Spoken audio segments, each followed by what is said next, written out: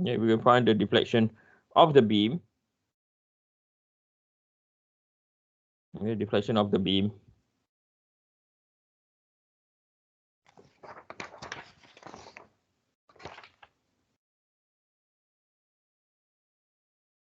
Okay, we're going to find the deflection of the beam. And what else do we want to find? C1 okay, of the beam equation. Or deflection equation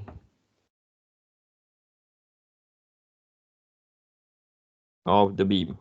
Okay, so we are going to use using integration method.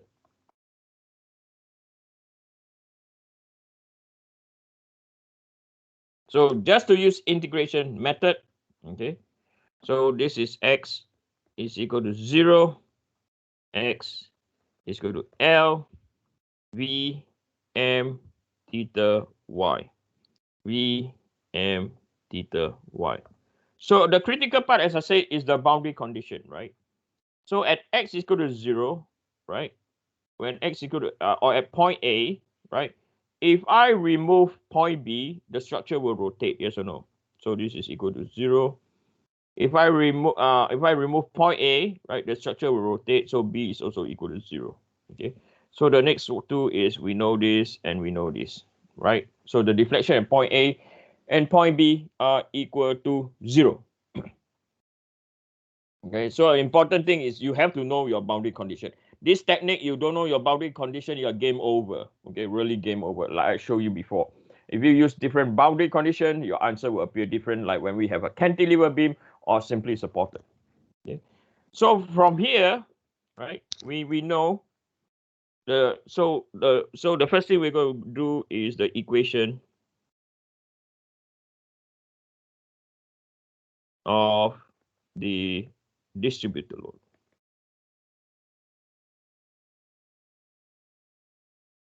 Right, so you have omega as a function of x is equal to what?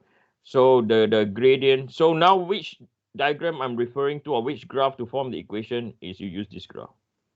Omega as an x, and over here you have omega naught. The distance over here is equal to L, right? So gradient is omega naught over L, okay, x. The y-intercept is 0. So that's it.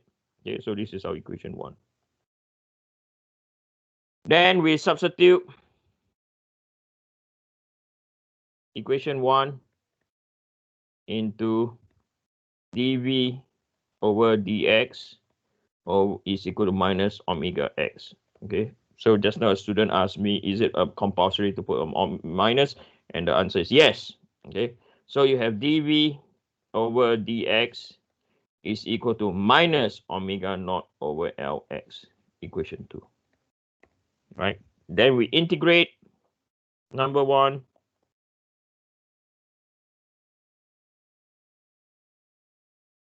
So you have what? V as a function of x is equal to minus omega naught x, okay, squared, divided by 2L plus by C1, okay. And can you do anything with finding V? So you look at your V now, okay, you look at your V now, you know nothing, okay, you know nothing to get your C1, move on, okay. So, but we know that this is also equal to dm by dx. So this is your equation number 3, okay. Then you integrate again.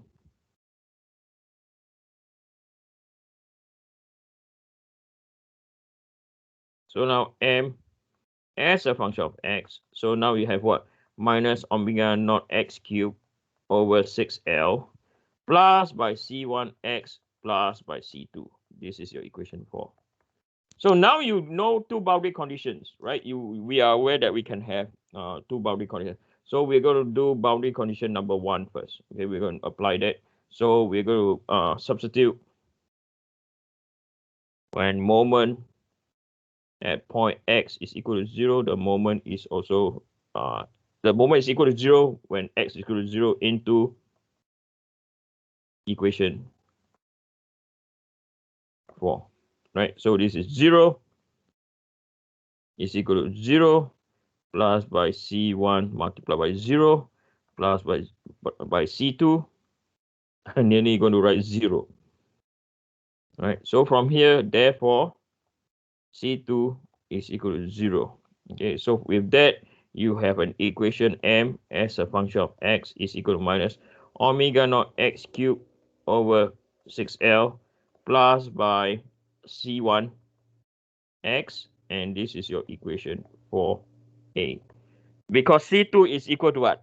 C2 is equal to 0. Then the next one, we are going to substitute the next boundary condition. When X is equal to L, M is equal to 0. Okay. So next, we're going to substitute. Hey! We're going to substitute when X is equal to L, the moment is equal to 0 into equation 4A. Right? So this will become 0. And then it will have minus omega naught L cubed over 6L plus by C1L, right? So C1L is equal to omega naught over 6L squared. Then finally, C1 is equal to omega naught L over 6. Okay, so therefore, with this expression, M as a function of X is equal to minus omega naught X cubed over 6L plus by omega naught L over 6X, right? Omega naught L X, let me check, X cubed, yep, okay. And then you're going to let this whole term equal to EI d squared Y over dx squared. Okay, so this entire equation is our equation 4A. So when you put equal to this entire term, you just apply the elastic curve method. That's it. Okay. Okay, that's it. Okay. So the next thing that you do, you're going to integrate what you integrate the third time. So we apply the elastic curve. We're going to integrate the third time. All right, we're going to integrate the third time. So you have EI theta now, or EI dy by dx. So this is equal to EI theta. So now this is equal to minus omega naught x4 over 24L, right? Plus by omega naught L x squared over 12 plus by C3. Okay, so this is your equation number 5. Am I right? Did I miss up anything? X4 24L plus L squared. Oh, yep. Okay. So now when you look over here, okay, you go back to your boundary condition. So boundary condition theta, right? We don't know anything at all. Okay. So as I said before, we move on. Okay. So you have your EIY. So integrate number 4. Okay. So now we have EIY as a function of x is equal to minus omega naught x5 over 120L plus by omega naught L x cubed over 36 plus by C3x plus by C4, equation number 6. So now we can solve for C3 and C4, right? So we know that when x is equal to 0, the deflection is equal to 0. Okay, so let's start with that. So we have substitute when y or when x is equal to 0, y is equal to 0 into equation 6. So I will just write this out. So you have 0 is equal to 0 plus 0 plus by C3 multiplied by 0 plus by C4, right? So therefore, C4 is equal to 0. Okay, so again, you write it out, EI, okay, y as a function of x equal to minus omega naught x5, 120L plus by omega naught Lx cubed over 36 plus by C3x. Okay, you know that C4 is equal to 0. This is a 6a. And then the next one, we're going to substitute when x is equal to L, the deflection is equal to 0 into equation 6a. Okay, so I'm going to split my page into two, right on the right hand side. Okay, so bear with me. Okay, I'll focus back. I know some of you are also copying. I understand that. Okay.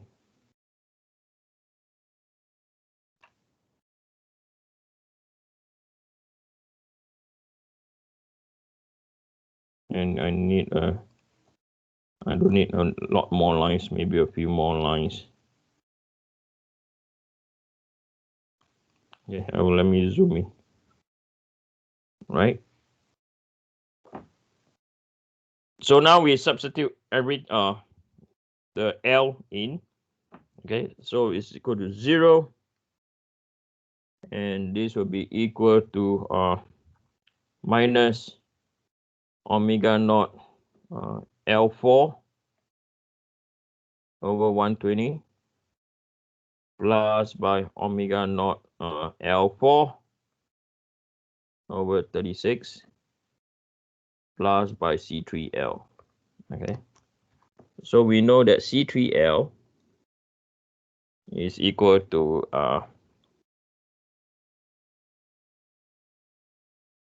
minus, so 1 over 120, 1 over 36. So you have minus 7 over 360. Okay, omega L4. And then to finish off, we now know C3 is equal to minus 7 over 360 omega L cubed. Okay, so therefore, EI y as a function of x will be equal to minus omega naught x5 over 120L plus by omega naught L x cubed over 36, right? Then minus 7 over 360 omega L cubed. So likewise, your EI theta as a function of x will be equal to minus omega naught x4 over 24L, then plus by omega naught L x squared, excuse me, over 12 plus by, minus by 7. I miss an x down here, I think. Yeah. Minus 7 over 360 omega L cubed. So now we have an expression for slope and our deflection, okay, by using the what? Integration method. And you realize that what we just did is we just put this in, okay, and integrate. But more important, okay, is the formation of the boundary condition. So I cannot emphasize enough regarding the boundary condition. Okay, the boundary condition is so important. Okay, without the